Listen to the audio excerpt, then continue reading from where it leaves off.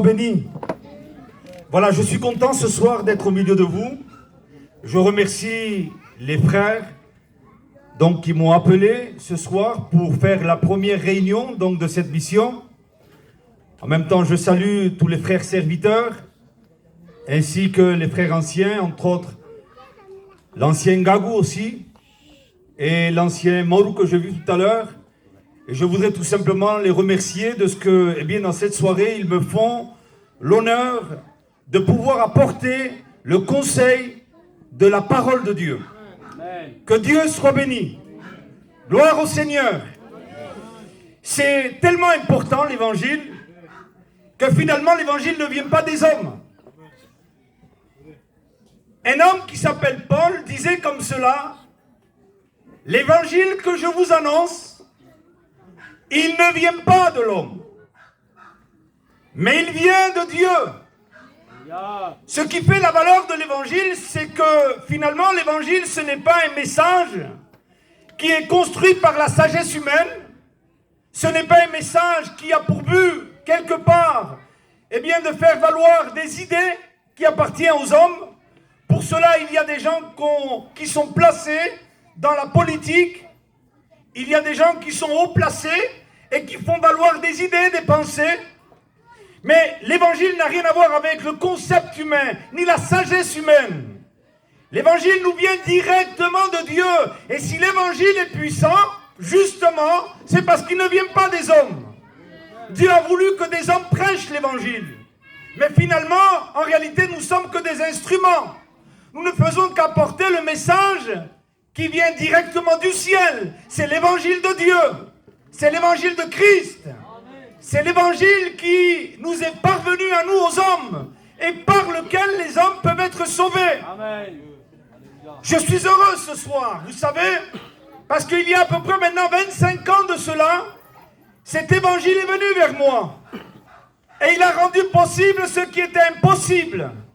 Parce que Jésus a dit lui-même, pour les hommes, il est impossible d'être sauvé. Mais ce qui est impossible aux hommes est possible à Dieu. Amen. Je voudrais ce soir tout simplement rappeler une certaine vérité. C'est que sans cet évangile-là, il est impossible d'être sauvé. L'évangile, c'est un don de Dieu. C'est un don de Dieu. Et par cet évangile, les hommes peuvent passer des ténèbres à la lumière, et de la mort à la vie, et de Satan à Dieu. C'est ce que la Bible nous dit. Mais sans cet évangile, il est impossible de quitter les frontières de la puissance des ténèbres. Sans l'évangile, il est impossible de quitter la prison du péché. C'est impossible. Même les hommes les plus sages, les hommes les plus intelligents, les hommes les plus haut placés ne peuvent pas quitter le royaume des ténèbres. Il n'y a que le Christ, au travers de son évangile, qui nous permet de quitter le royaume des ténèbres et de passer dans son admirable lumière. Mes amis, ce n'est pas n'importe quoi. L'évangile, c'est la puissance de Dieu. C'est la puissance de Dieu. C'est pas un message seulement. Mais l'évangile, c'est la puissance de Dieu. C'est cet évangile-là qui fait trembler Satan, ses démons, et le royaume des ténèbres. Le diable ne recule devant rien. Les démons ne reculent devant rien. Mais là où l'évangile est prêché, tout simplement, il ne fait que rappeler que par l'évangile, Dieu a envoyé son Fils, qui celui-ci est mort sur la croix du calvaire, et il a écrasé la tête de Satan. Amen. Le royaume de Satan a été dévasté. Les puissances de ténèbres ont été dépouillées parce que Dieu s'est fait homme. Dieu a accepté d'incarner le corps d'un homme vivant sur la terre sans aucun péché et mourant sur la croix du calvaire sans jamais avoir péché. Jamais Satan n'avait vu ça. Jamais les démons n'avaient vu faire ce qu'un homme a pu faire jusqu'à la fin de sa vie. Mais en Christ, ces choses se sont réalisées. J'aimais cette parole de Jésus qui disait: le diable vient, mais il n'a rien en moi. C'est ce que ça veut dire, ça? Le diable n'avait aucune emprise sur Jésus. Parce que le diable n'a que de l'emprise chez les hommes et chez les femmes qui ont été touchés par la maladie du péché. Mais Jésus, lui, il n'avait aucun péché. Et il disait un jour, mais qui de vous me convaincra de péché? C'est-à-dire, qui de vous, eh bien, va mettre en évidence que quelque part dans ma vie, il y a un seul péché. Jésus n'a jamais péché. Jésus est appelé, alors qu'il va naître, le saint enfant de Dieu. Quand la Bible dit que tous les hommes sont pécheurs, Jésus est le saint enfant qui naîtra de la Vierge Marie et qui mourira sur la croix du Calvaire, avec toutes les tentations possibles du péché, sans jamais avoir péché une seule fois. Jamais il y a eu une seule mauvaise pensée. Ça n'existe pas. Il a vaincu le péché. Il a vaincu la mort. Amen. Et il a vaincu celui qui détenait le pouvoir de la mort. Alléluia. Amen. Satan. C'est pas n'importe qui, Satan. Hein? Il fait un désastre dans ce monde. Il détruit. Il est venu égorger. Il est venu voler. Et il est venu détruire. Il sait faire sortir le sang de tous ceux qui lui appartiennent. Il égorge, la Bible nous dit. Il fait vider de leur sang chaque personne qui vit sans Dieu. C'est pour ça que les foyers sont détruits. C'est pour ça que la jeunesse est détruite. C'est pour ça qu'il y a de l'alcool, excusez-moi pour l'expression. C'est pour ça qu'il y a de la drogue, de la dépression, des suicides. Parce que Satan sait bien faire son travail quand Dieu n'est pas dans une vie. Mais quand le Christ vient, quand le Christ intervient dans la vie d'une personne, Satan recule, hein, parce qu'il a été vaincu. Parce qu'il est celui qui l'a vaincu sur la croix du Calvaire. Quel beau message, mes frères. Quel merveilleux message. Depuis 25 ans, je vois des gens changer. Je vois des gens être transformés par l'évangile. L'apôtre Paul a dit comme cela, je n'ai pas honte de l'évangile. Mais comment avoir honte de l'évangile? Il n'y a pas de confusion pour celui qui croit dans ce message. Je n'ai pas honte de l'évangile. On le prêche à plein gosier, avec fierté, avec assurance, parce qu'il a changé nos vies. Après 25 ans, mes amis, je peux vous affirmer cette réalité, qu'une vie peut être totalement transformée et une relation véritable peut être effective entre un homme et Dieu, au travers de Jésus-Christ, qui est le médiateur de tous les hommes. Vous savez ce que c'est, médiateur, hein?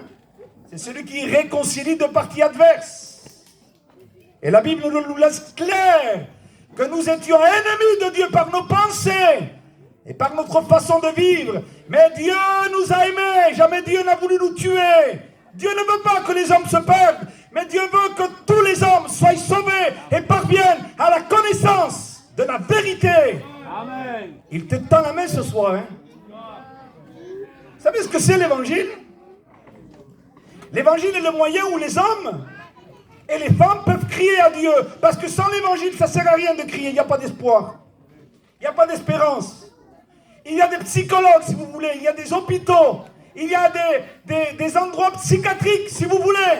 Il y a de l'argent gagné un peu plus, mais qui n'apportera rien finalement.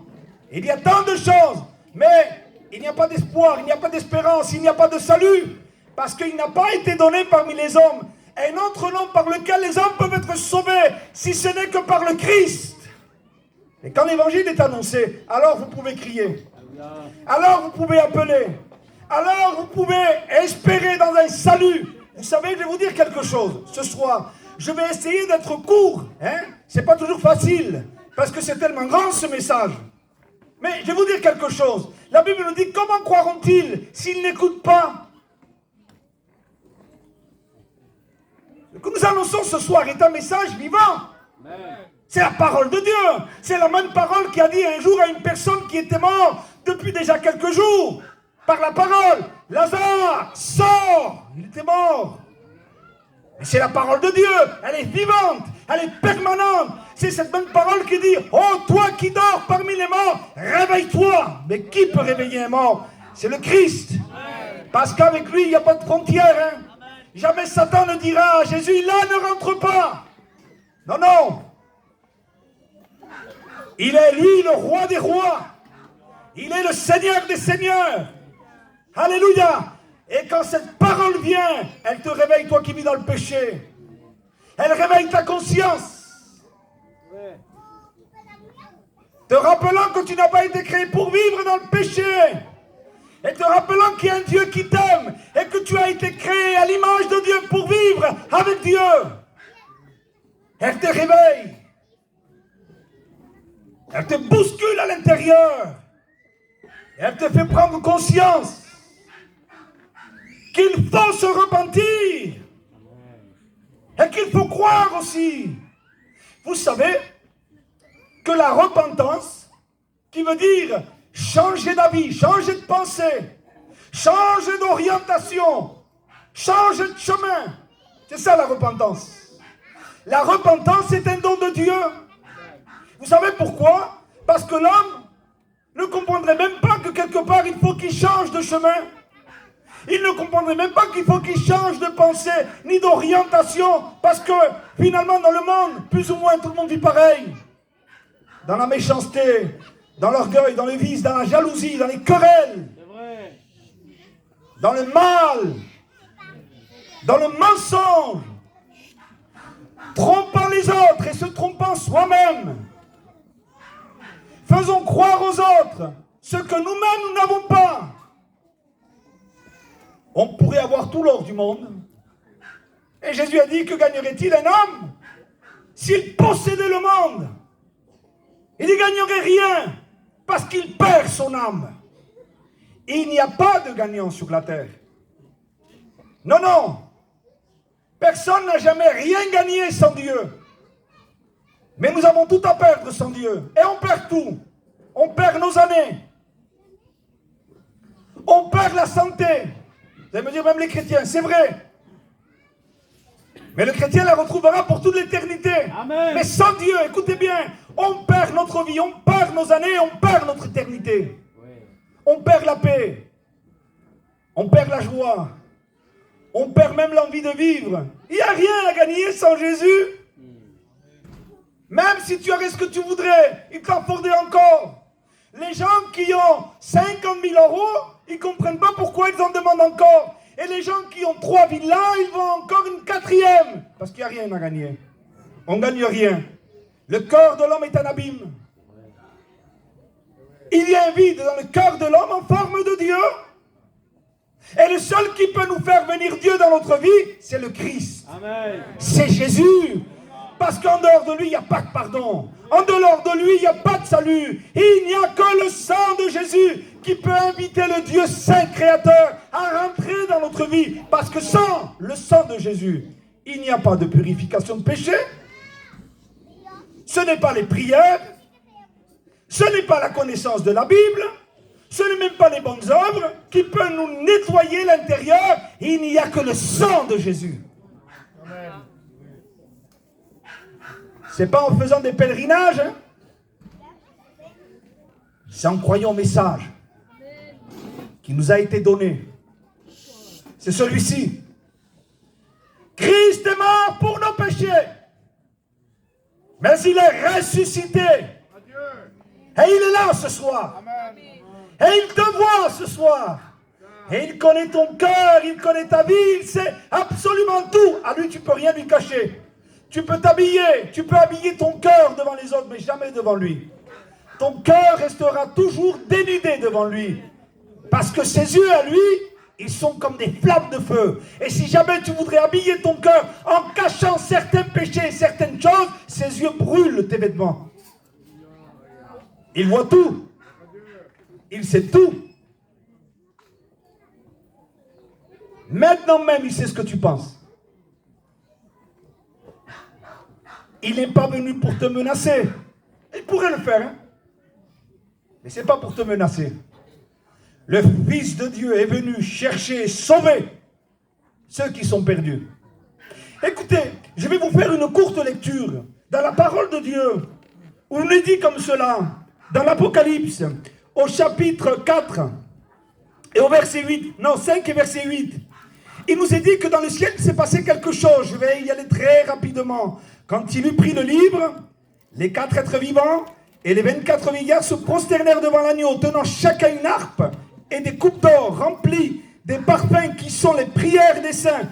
Et ils chantaient un cantique nouveau en disant: tu es digne de prendre le livre et d'en ouvrir les sceaux, car tu as été immolé, autrement dit, sacrifié, livré, donné, et tu as racheté pour Dieu par ton sang, que c'est beau. Tu as racheté, toi, Jésus, pour Dieu, par ton sang, des hommes de toute tribu, de toute langue, de tout peuple et de toute nation. Et tu as fait d'eux un royaume et des sacrificateurs pour Dieu, et ils régneront sur la terre. Alléluia. Tu as racheté pour Dieu, écoutez bien. C'est Jésus. Il a racheté pour Dieu son Père. Les hommes, par un prix. Et ce prix, c'est son sang. Il dit, tu les as rachetés par ton sang et tu as fait d'eux un royaume de sacrificateurs, c'est-à-dire le peuple de Dieu. Un peuple sauvé. Un peuple transformé. Écoutez bien, ouvrez bien vos oreilles ce soir. Tu as racheté pour Dieu. Parce que Dieu ne vole personne, il rachète. Amen. Dieu n'a jamais volé aucun inconverti. Il n'est pas voleur. Il rachète. Parce qu'il y en a qui croient que, eh bien, si Dieu voudrait me sauver, qu'il le fasse. Ah non, il ne le fait pas comme ça. C'est pas un voleur. Il rachète par les conditions demandées. Et les conditions demandées, c'est la repentance. Alléluia. Et c'est la foi. Trop de personnes disent, moi je viens à la réunion, il ne se passe jamais rien. Il ne se passe jamais rien parce que tu voudrais que Dieu te prenne injustement. Et Dieu ne prend jamais quelqu'un injustement. Tu es libre de dire non. Et tous les gens qui n'arrivent pas à rencontrer Dieu, c'est parce qu'ils ont dit non. Et comme Dieu n'est pas un voleur, il ne te volera jamais. Écoutez bien. Tu as racheté. Comment tu as racheté? Normalement, on ne rachète pas, on achète. Vous êtes d'accord ou pas? Vous êtes d'accord ou pas? Amen. Si moi je rentre dans le supermarché, je ne vais pas racheter de l'eau. Je vais en acheter. Alors pourquoi il dit racheter? C'est parce qu'il s'est passé quelque chose pour les hommes. L'apôtre Paul a dit comme cela, mais moi, je suis charnel, vendu au péché. C'est ce que la Bible nous dit. Les hommes qui appartenaient à Dieu ont été vendus. Les hommes qui appartenaient à la création en Dieu n'appartiennent plus à Dieu. Ils ont été vendus. Ils n'appartiennent plus à Dieu.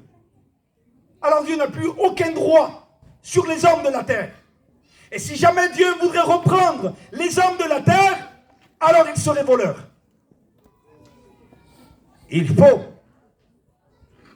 qu'il rachète ce qui un jour lui appartenait, parce qu'il n'est plus propriétaire de tous les hommes de la terre. Il y a un homme dans la Bible qu'on appelle Judas. Judas a été choisi par Jésus.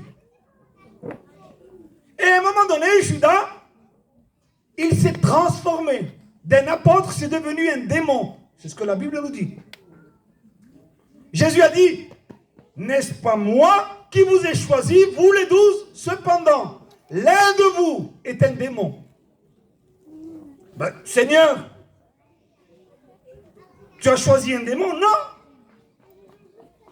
Lorsque le Seigneur a choisi cet homme, il en a fait un apôtre, mais il est devenu un démon. Mais comment il est devenu un démon? Il est ambitieux pour l'argent. C'est quelque chose, hein, l'argent. Hein. Vous savez qu'on tue à cause de l'argent. Hein. Les plus grands règlements de compte, c'est à cause de l'argent. Hein.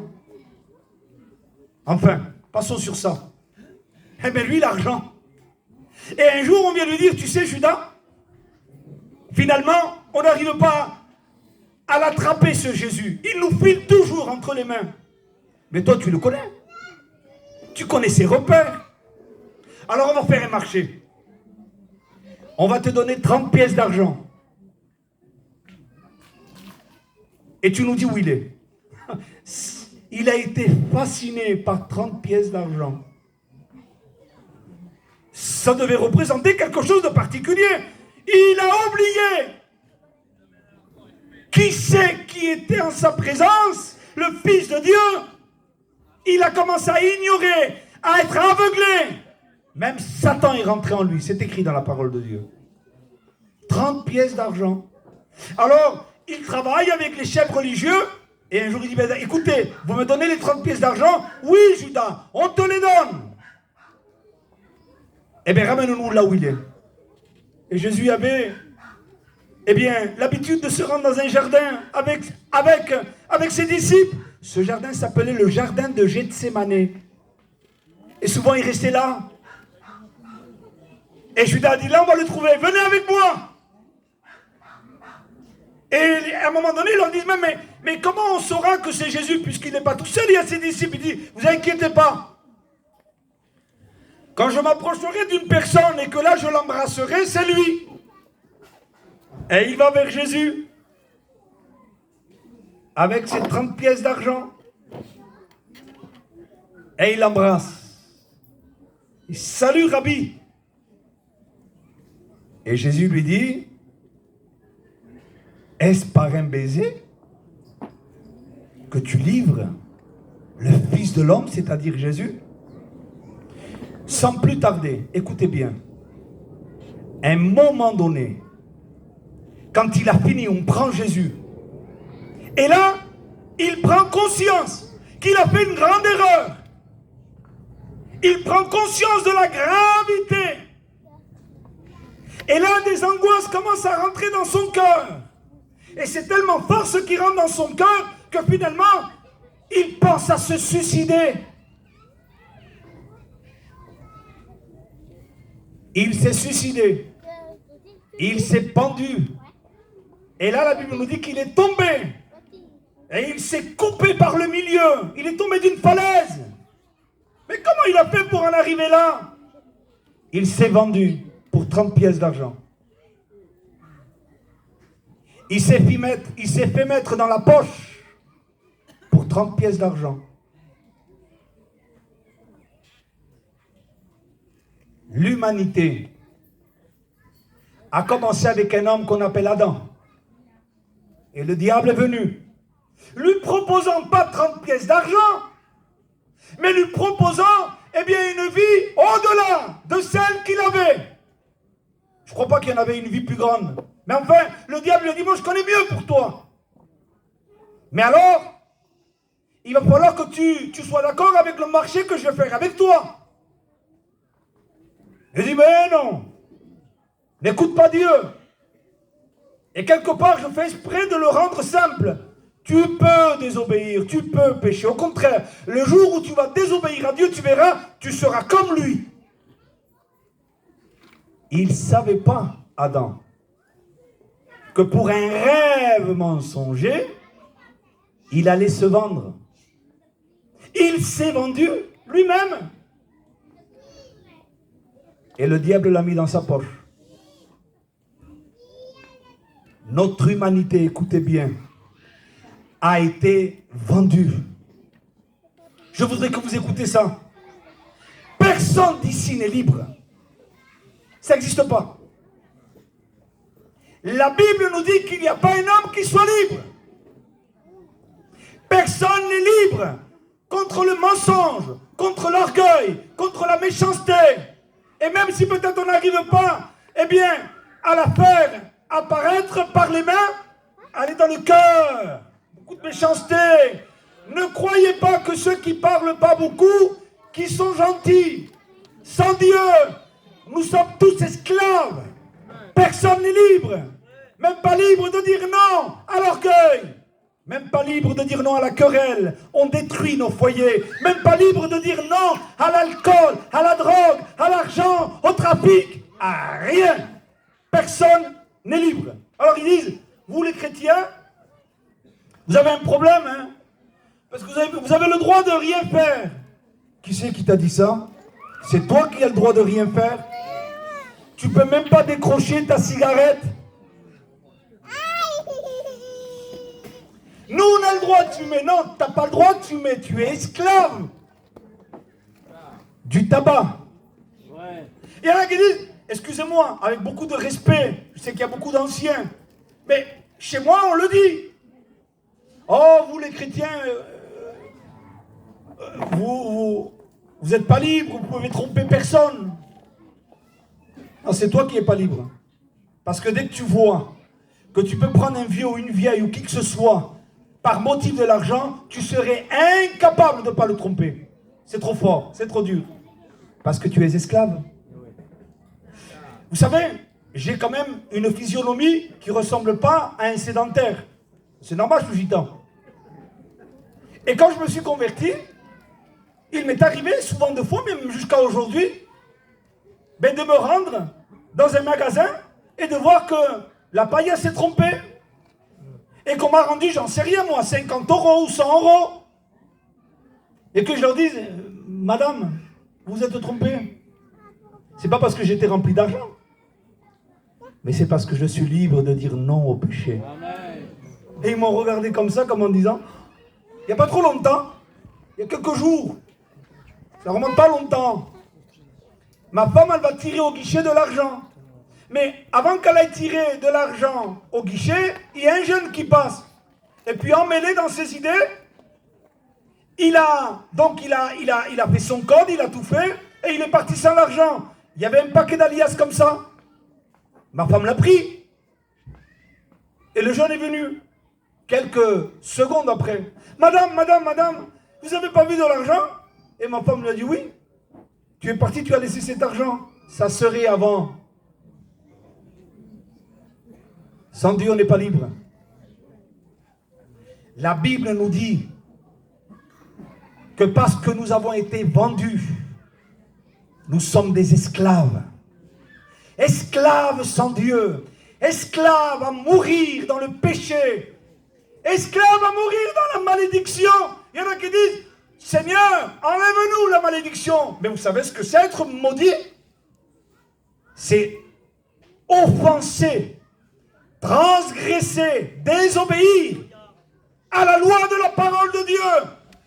Tu ne tromperas pas, tu ne mentiras pas, tu ne voleras pas. Et si tu le fais, la malédiction viendra sur toi.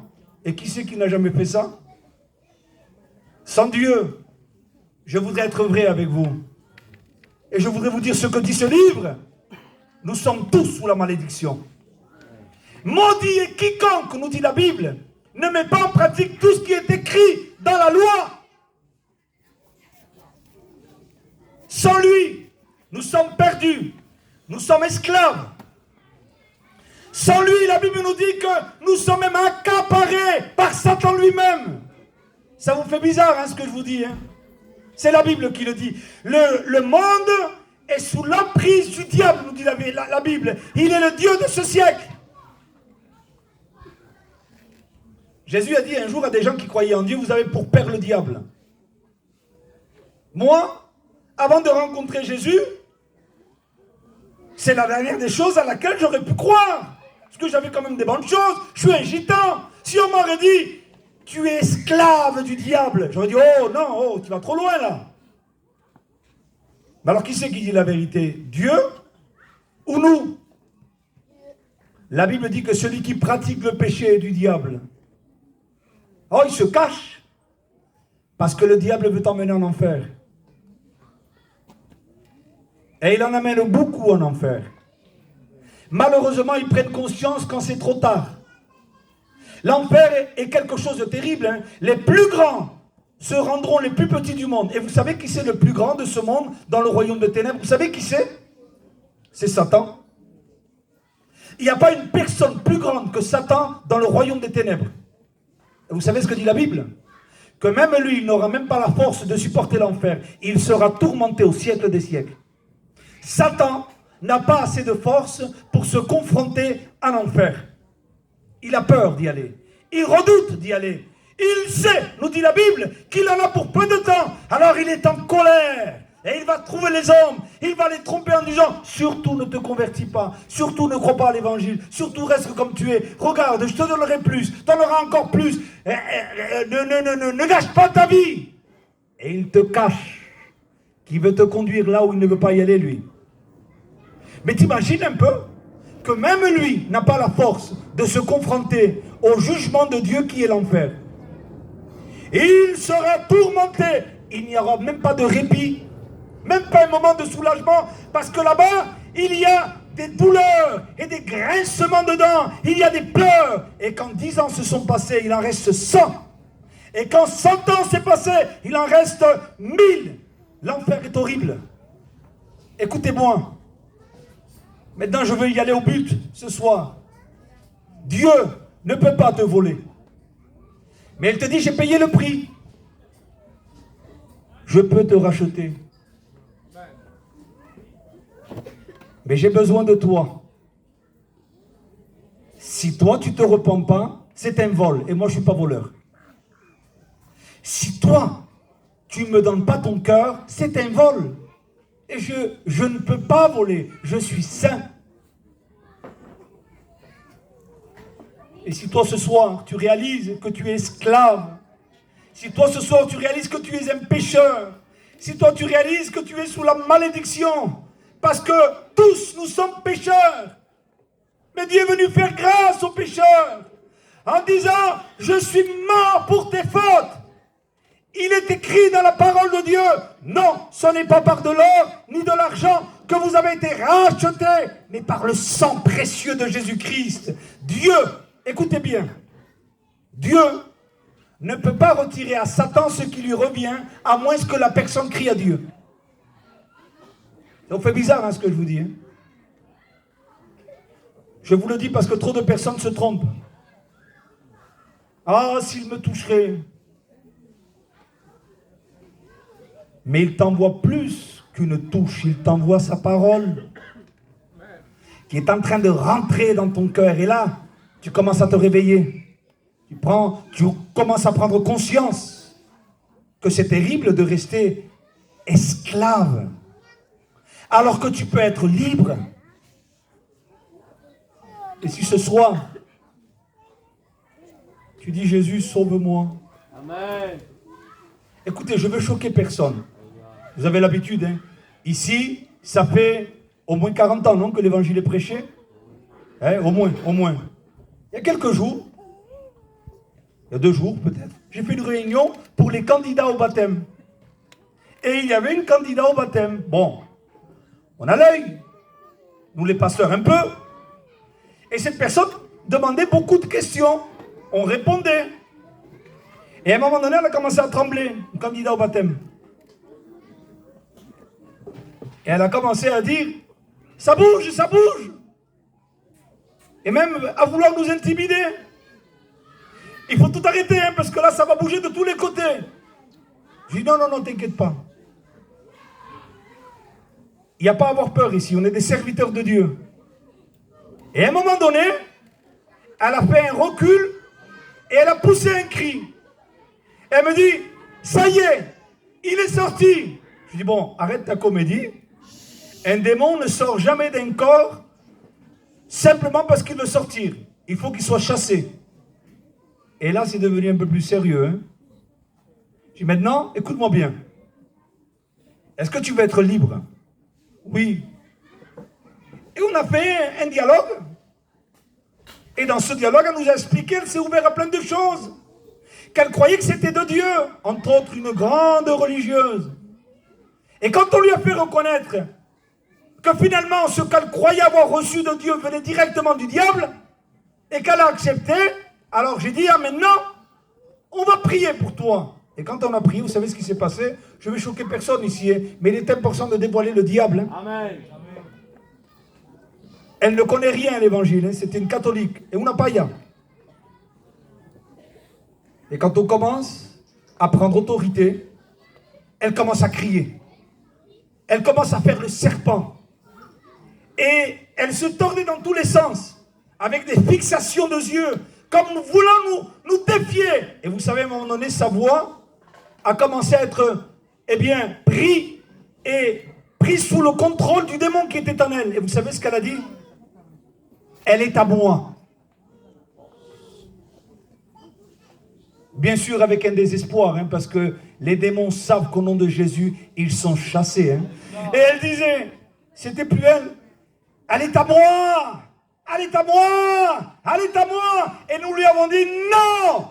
Christ t'a écrasé la tête sur la croix du calvaire. Amen. Et il a racheté pour Dieu un peuple qui était esclave sous la puissance de l'ennemi. Elle s'est jetée la face contre terre.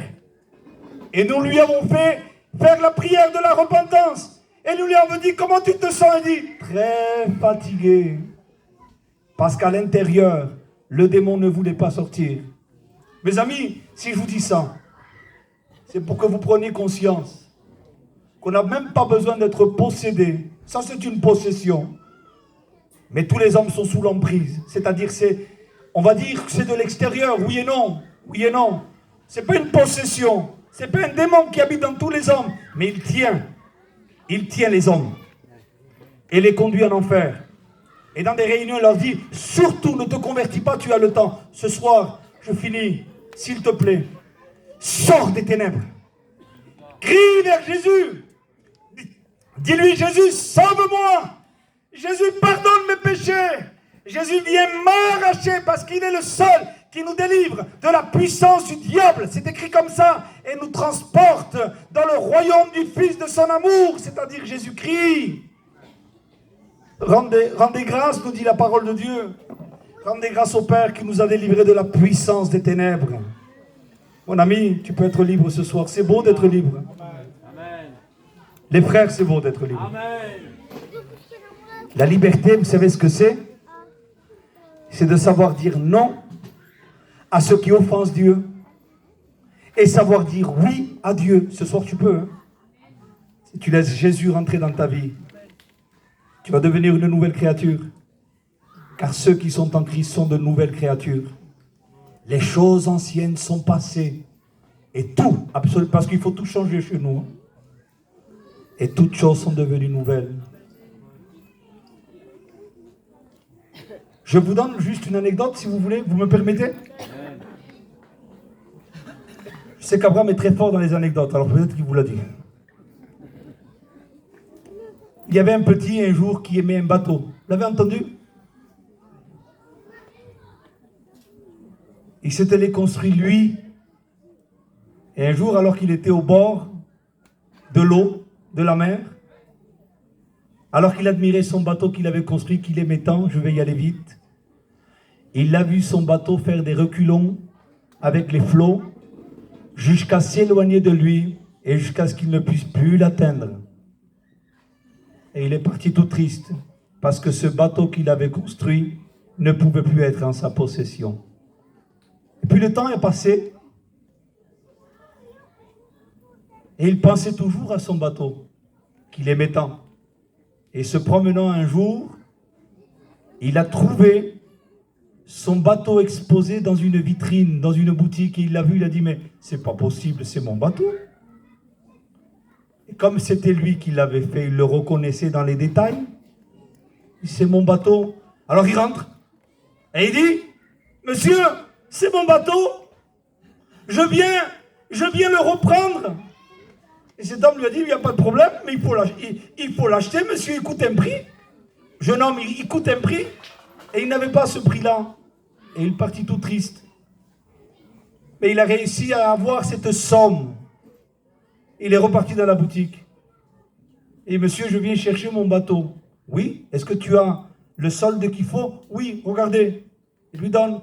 Alors, le propriétaire du magasin, il prend le bateau, il lui donne, il dit, voilà, il est à vous. Et quand il sort dehors, il avait son bateau, il était tellement content. Et il commence à parler à son bateau. Il dit, tu sais, toi, tu m'appartiens 2 fois. Hein. Et tu sais pourquoi? Parce qu'une fois, je t'ai construit, Et la deuxième fois que je t'ai maintenant dans mes mains, c'est parce que je t'ai racheté. Il te rachète ce soir, toi qui t'es éloigné de lui. Et le prix, il l'a payé, hein? C'est son sang. Non, il ne vole personne. Dieu n'aurait pas permis de salut s'il n'avait pas le prix payé. Mais puisqu'il a payé le prix pour tes fautes, Dieu lui dit à son fils, tu peux le prendre. Parce que ton sang, mon fils, purifie de tout péché. On incline nos fronts et on prie.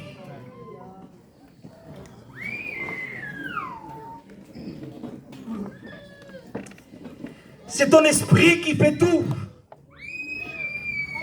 Et nous savons, nous, qu'au-delà des mots et de la prédication, de l'éloquence et même de la prestance, Seigneur, tu vas beaucoup plus loin. Parce que l'évangile, Seigneur, n'est pas puissant parce que nous le prêchons bien. Il est puissant parce que c'est le message de Dieu. Et nous prions maintenant pour une action puissante du Saint-Esprit. Tu as dit, lorsque tu partiras, tu enverras le Saint-Esprit et lui, il convaincra le monde. Oh, nous le croyons ce soir. Seigneur, sauve ce soir. Sauve les âmes. Sauve la jeunesse. Sauve les foyers. Maintenant que les chaînes tombent. Seigneur, maintenant que tout aveuglement disparaisse. Par la révélation de ta parole. Par la lumière de ta parole, Seigneur. Sauve ce soir. Je voudrais demander, écoutez bien. Je ne ferai venir ici personne. Mais s'il y aurait une personne ce soir, parce que le moment est venu de crier, mon ami, sors des ténèbres et cours vers Jésus. Va vers Jésus, il t'attend avec les bras ouverts. Il te voit et il t'aime. Il a donné sa vie pour toi. S'il y aurait une personne ce soir, je ne demande pas de lever la main, mais dites-lui là, de là où vous êtes. C'est pas grave si moi je t'entends pas. De toute façon, je ne peux rien faire, moi. Mais si lui t'entend, il va te sauver. Est-ce qu'il y a une personne ce soir qui veut lui dire, Jésus, je ne veux pas être perdu. Je ne veux pas être sous la malédiction. Je ne veux pas être prisonnier de l'ennemi. Jésus, j'en ai marre de ma vie. Sauve-moi, s'il te plaît. Eh bien, dis-lui. Dis-lui. Parce qu'il veut t'entendre. Il t'appelle. En te disant, viens à moi, toi qui es chargé et fatigué. Viens, viens. Allez, je t'ai donné la force. La force d'y aller vers lui, elle vient de lui. Il t'a donné la force par la parole. Il t'a ouvert les portes. Et il t'a dit, regarde, tu vois, tu n'es pas obligé de rester dans ton péché. J'ai payé pour toi. Pourquoi te laisserais-tu constamment malmener par les ténèbres? Moi, je t'aime, mais je t'ai laissé libre. Il t'attire vers lui avec des cordages d'amour, avec des cordes. Attrape-la, cette corde. Attrape-la, cette corde. Dis-lui, regarde, Jésus, j'ai besoin de toi. Il y a Dieu ici, les frères, ce soir. Amen. Dis-lui, Jésus, je suis là. Aide-moi, s'il te plaît. Quand un malheureux crie, le ciel, il entend. Tu peux crier du fond de ton cœur et lui dire, moi j'en ai marre, c'est fini. Cette vie, elle est nulle, elle est ratée.